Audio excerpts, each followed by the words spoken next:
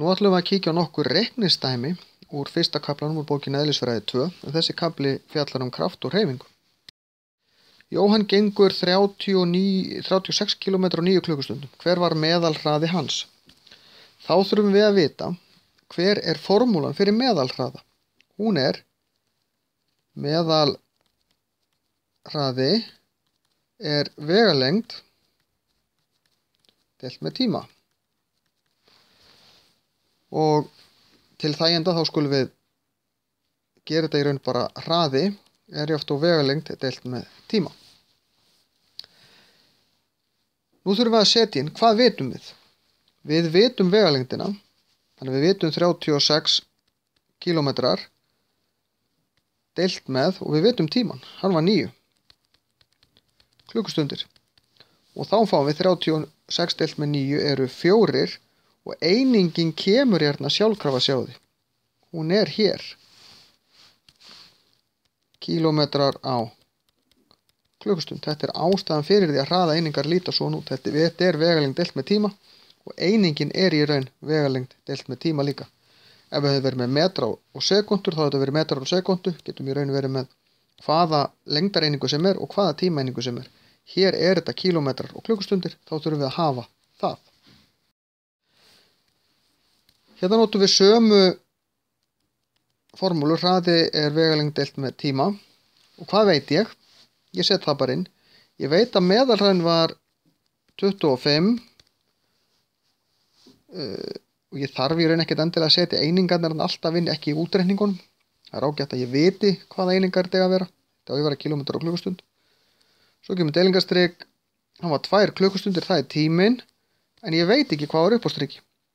Þetta er bara jafna. Hér þarf ég að nota bara útreikninga í jöfnum, stytti út, þá margfaldið með 2 báðum megin, 25 sinnum. X er jáft og 50, það er spurt vegalengdina það eru kílómetrar á klukkustund, þannig að þetta eru 50 kílómetrar sem hann hjólaði.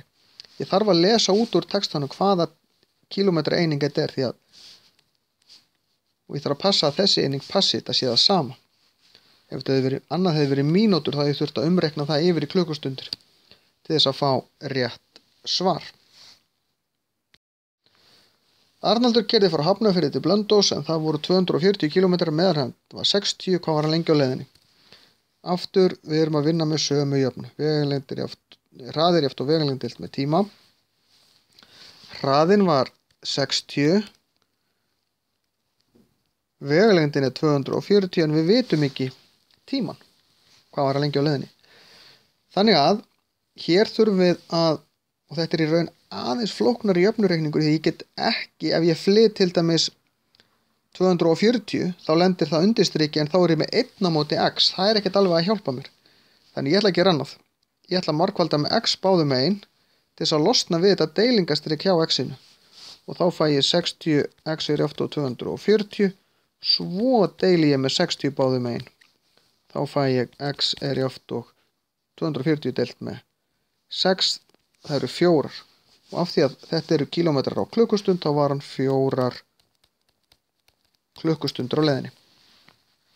Ég ætla að benda ykkur á eina aðra aðferð. Þið kannist kannski við prósentuþríhyrning. Það er hægt að nota samskonar þríhyrning hérna. Þá er þetta vegalengd. Þetta er meðalhraði.